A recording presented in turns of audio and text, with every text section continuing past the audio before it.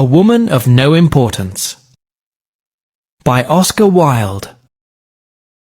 It was a warm and sunny afternoon in the countryside of England. The birds were singing, the sky was blue, and the grass in the garden was fresh and green. A big and beautiful house stood in the middle of many trees. This house was very rich. It had many rooms, big windows, and tall white pillars. The garden was full of colorful flowers. It was a perfect place for a party.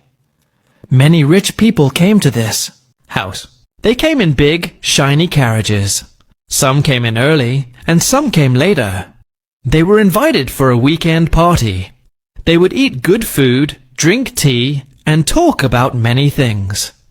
Most of these people were from the city. They had a lot of money and expensive clothes. The ladies wore long dresses with hats and gloves. The men wore black coats, white shirts, and shiny shoes. Everyone looked smart and proud. When they entered the house, servants greeted them. The servants opened the doors, took their coats, and gave them tea. The house was full of noise. People were talking, laughing, and walking around. The air smelled of fresh flowers and sweet cakes. The rich people were happy, but they also liked to gossip. They liked to talk about others when those people were not there. They talked in soft voices, smiled politely, and said sharp things about others. Some said, "Did you see her dress? It is so old." Others said, "He says he has money, but I don't believe him." Many of them smiled on the outside, but had different thoughts inside.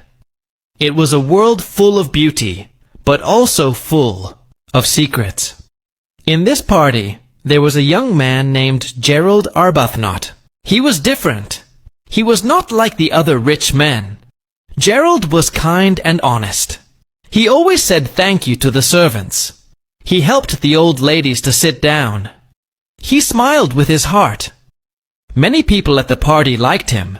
Some said, "He is a fine young man." Others said, "He is clever and polite. He will have a good future." Gerald was not from a rich family. He lived with his mother, Mrs. Arbuthnot, in a small house. They did not have much money, but they had love and respect. Gerald worked hard and studied well. He had good manners and a good heart. This made him special. At the party, Gerald met many new people. Some of them were important in society. One man was Lord Illingworth. He was rich, powerful, and clever with words. He liked to talk and show that he was smarter than others. He saw Gerald and smiled. He said, "Young man, I have heard about you. You are doing well. I like smart young men." Gerald smiled and said, "Thank you, sir. I try my best." Lord Illingworth kept watching Gerald. He wanted to know more about him. He thought, "This boy is clever. I may have work for him." But Gerald did not know this yet.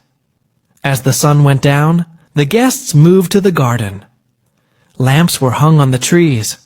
Music played in the air. The people laughed, danced, and told funny stories. The party was full of joy, but also full of hidden talks. Some people looked happy, but they were not. Others looked simple, but they had strong hearts. Gerald stood near the garden steps and looked around. He felt a little different from the others. He missed his mother. She was not there. She did not like such parties. Gerald wished she could see the beauty of the place, but he also knew his mother had her own reasons. As the night grew darker, the stars came out. The big house shone like a picture in a storybook. Everyone was still talking, laughing, and enjoying. Gerald did not know that this weekend party would change his life. He did not know that a secret from the past would soon come out. His mother's life and his future were about to be tested. This was not just a party. It was the beginning of something big. Part 2. A good job for Gerald. The stars were shining bright in the sky. The music at the party was soft now. Many people were still in the garden, talking and laughing. The night was cool, and the air smelled sweet with flowers. Gerald was sitting near the fountain, thinking about the evening. It was a long day, but a good one. Many people had talked to him. He felt proud. Just then, Lord Illingworth walked toward him. He smiled and sat beside Gerald. "Young man," said Lord Illingworth, "I have watched you today. You are smart. You speak well. You have good manners. I like that." Gerald smiled politely. "Thank you, sir. That is very kind of you." "I am going to work in another country soon," said Lord Illingworth. "I need a good young man to help me. I think you are the right person." Gerald looked surprised. "Me? You want me to work with you?" "Yes," said Lord Illingworth. "It is a good job. You will travel. You will learn many things. You will meet important people. I will pay you well. Think about it." Gerald could not believe it. This was a big chance. He had always worked hard, but life was never easy. Now, this rich and powerful man was offering him a future. Gerald stood up and shook Lord Illingworth's hand. "Thank you, sir. I am very happy. I will talk to my mother first. But yes, I want this job." Lord Illingworth smiled. "Good. Tell your mother, then we can talk again tomorrow." Gerald was full of joy. He walked quickly inside the house and found a quiet place. He sat down and wrote a letter to his mother, Mrs. Arbuthnot. He wrote, "Dear Mother, I have great news. Lord Illingworth has offered me a job. I will travel with him to Po, another country. It is a very good job, and he will pay me well. This is a big chance for me. I hope you are happy. I want to speak with you tomorrow. Love, Gerald." The next morning, Gerald left the party early and went home to see his mother. Their small house was quiet. There were no rich clothes or big carriages, but there was love and peace. Mrs. Arbuthnot opened the door with a warm smile. "Gerald, you came early. Was the party good?" Gerald hugged her. "Yes, Mother, it was very nice, but I have big news." He sat down and told her everything. He told her about the garden, the people, the music, and then about Lord Illingworth and the job offer. Mrs. Arbuthnot listened quietly, but when she heard the name Lord Illingworth, her face changed. Her smile disappeared. Her hands began to shake. She looked away. "Mother," Gerald said softly, "are you all right?" She stood up slowly and walked to the window. She was silent for a moment. Then she spoke in a low voice. "Gerald, I do not want you to work for that man."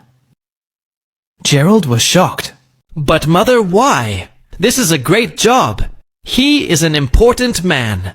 This can change my life." Mrs. Arbuthnot turned and looked at him. Her eyes were full of pain. "I know who he is.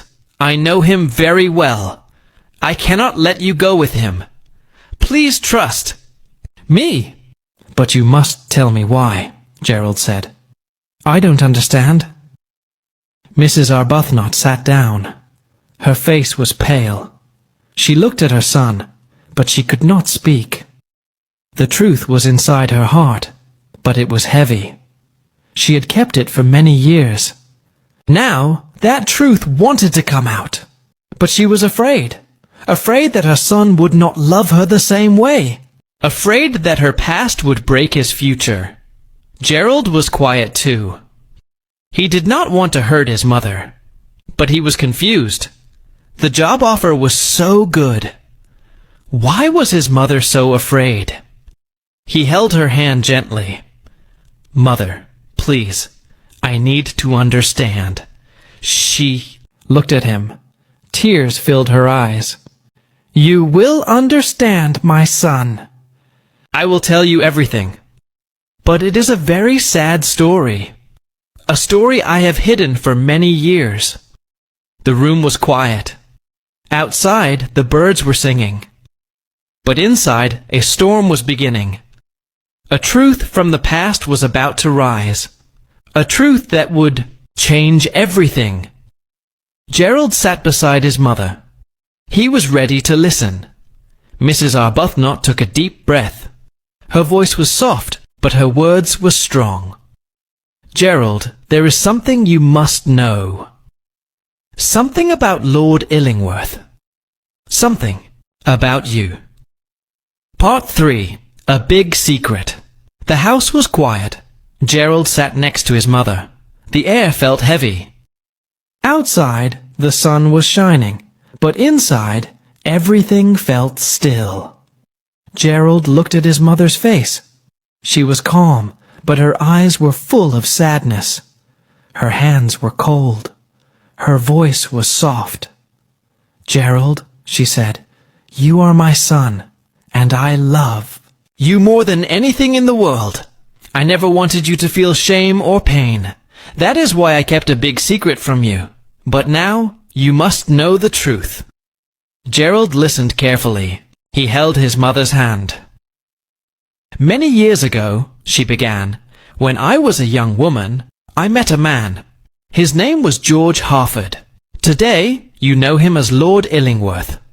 Gerald's eyes opened wide. "Lord Illingworth. You knew him, Mrs. Arbuthnot nodded. "Yes. I loved him. And I thought he loved me too. We were young, and I believed in him. I trusted him. But one day, everything changed. I told him I was going to have a baby. I thought he would marry me. I thought he would stay." She looked down. Her voice became shaky. "But he did not stay. He said he could not marry me.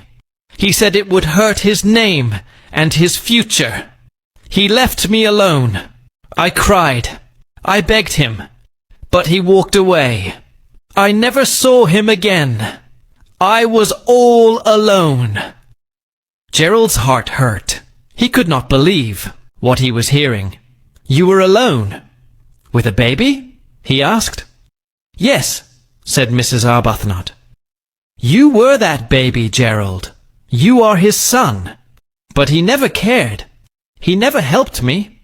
I had no husband. I had no money. People in society judged me. They said bad things. They did not invite me. They looked at me with cold eyes." She stood up and walked slowly to the window. "In those days, it was very hard for a woman to raise a child alone. They blamed the woman, never the man. They said I was a bad person. But I was not bad. I just loved the wrong man." She turned and looked at Gerald. "But I never blamed you, my son. You were my joy. You gave me hope. I worked hard. I gave you everything I could. I never told anyone who your father was. I wanted to protect you." Gerald stood up too.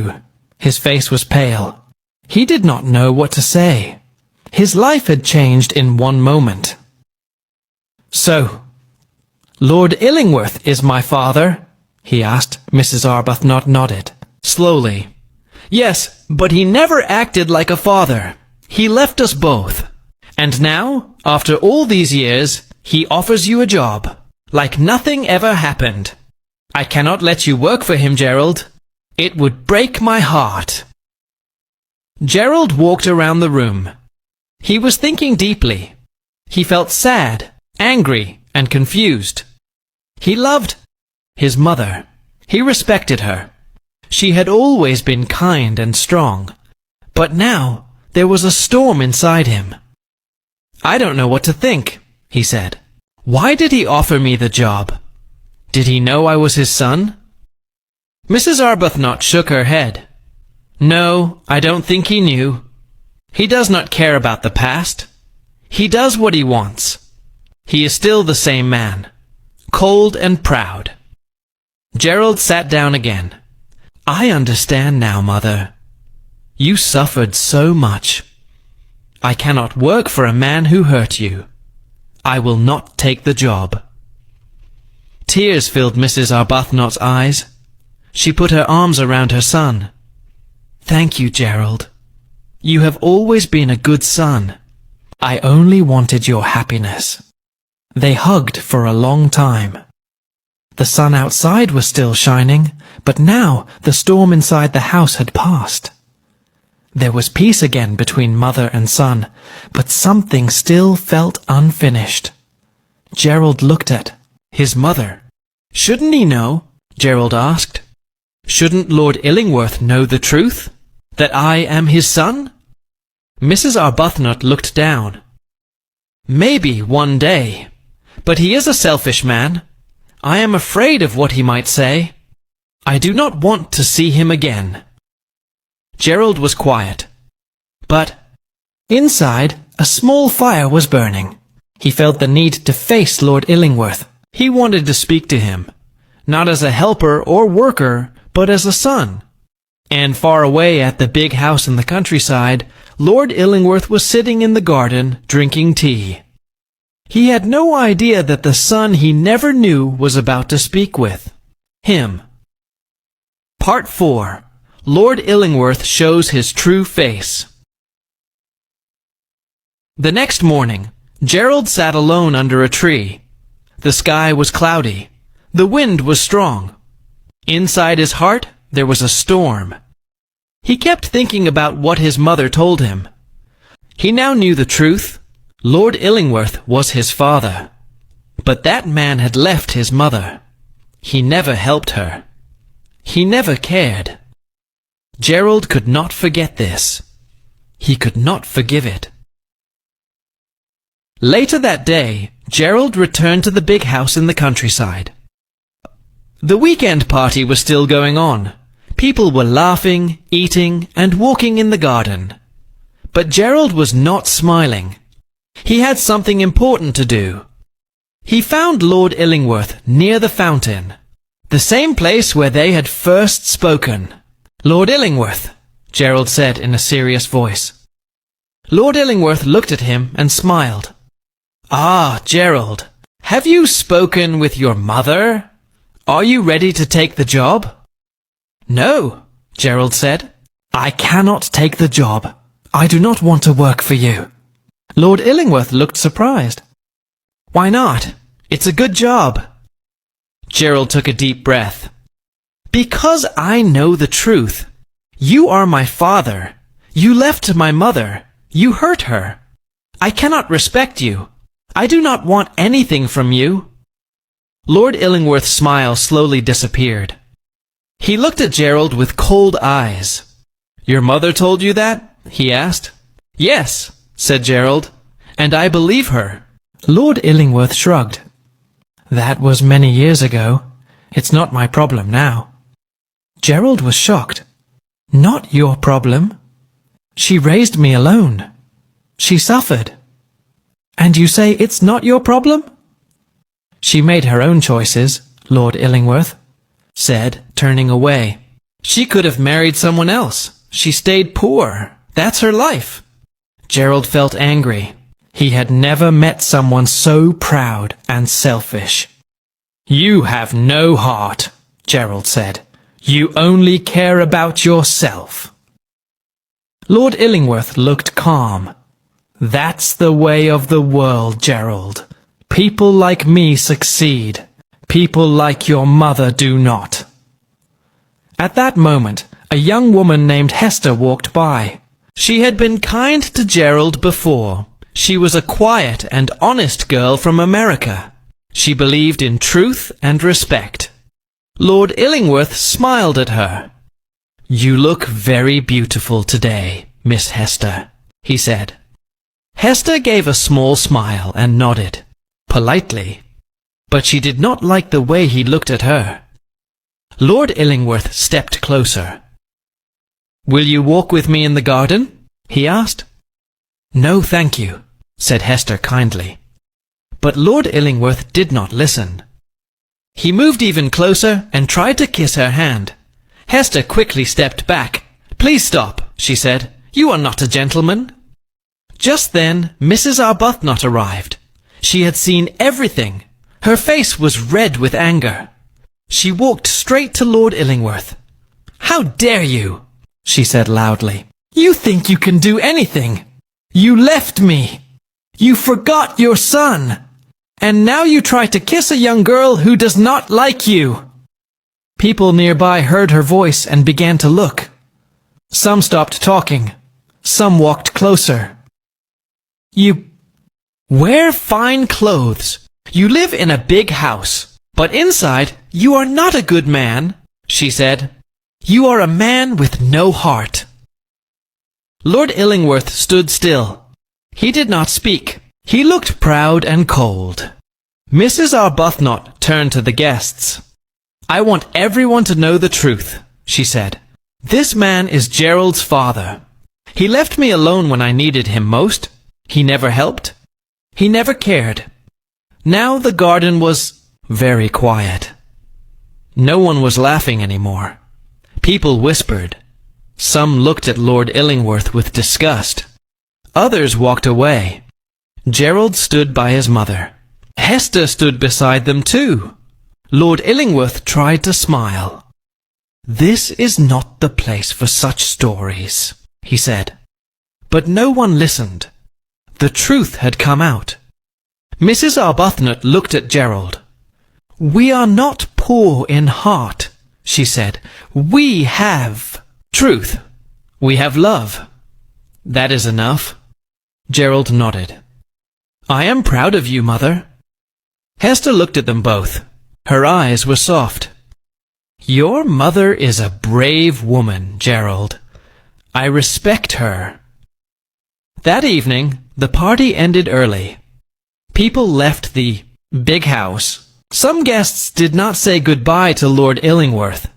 He sat alone in the garden with only his pride. He had lost respect. He had lost the son he never cared for. And the world finally saw his true face. Part 5. A Strong Woman. The party was over. The guests had all gone home. The big house was quiet now. Flowers in the garden moved gently in the wind. But something had changed. Something deep and powerful. The truth had come out, and everyone knew what kind of man Lord Illingworth really was. He was rich, but he had no kindness. He was powerful, but he had no love. He sat alone in his big house, but he had no family beside him. Far from that cold house, in a small warm room at a simple inn, Gerald sat with his mother, Mrs. Arbuthnot, and Hester. A soft fire was burning. The room was not fancy, but it felt peaceful. It felt safe. Gerald looked at his mother with deep respect. She had been through so much pain. She had lived alone, worked hard, and raised him with love. Now, after so many years, the world finally saw her truth. She had nothing to hide anymore. "Mother," Gerald said softly, "you are the strongest person I know. You have done everything for me. You never asked for help. You never gave up." Mrs. Arbuthnot smiled, gently. "I only did what a mother should do, Gerald. I loved you. That gave me strength." Hester sat nearby. She looked at Mrs. Arbuthnot with kind eyes. "You are very brave," she said. "I saw what you did at the party. You stood up to Lord Illingworth. You told the truth. Not many people could do that." Mrs. Arbuthnot looked down for a moment. "For many years, I felt small. People looked at me with judgment. They thought I was a bad woman. But today, I spoke from my heart. I feel free now." Gerald nodded. "You should never feel small again. You gave me love and taught me to be good. That is more than any rich man ever gave me." There was silence for a while. The fire crackled gently. Then Hester spoke. "Gerald," she said, "I want to stay. I want to be with you and your mother. I want to help take care of her. She is like a mother to me too." Mrs. Arbuthnot looked at Hester with warm eyes. "You are very kind, my dear. I did not expect this." Hester smiled. "When I first came to England, I thought rich people had everything. But I learned something important.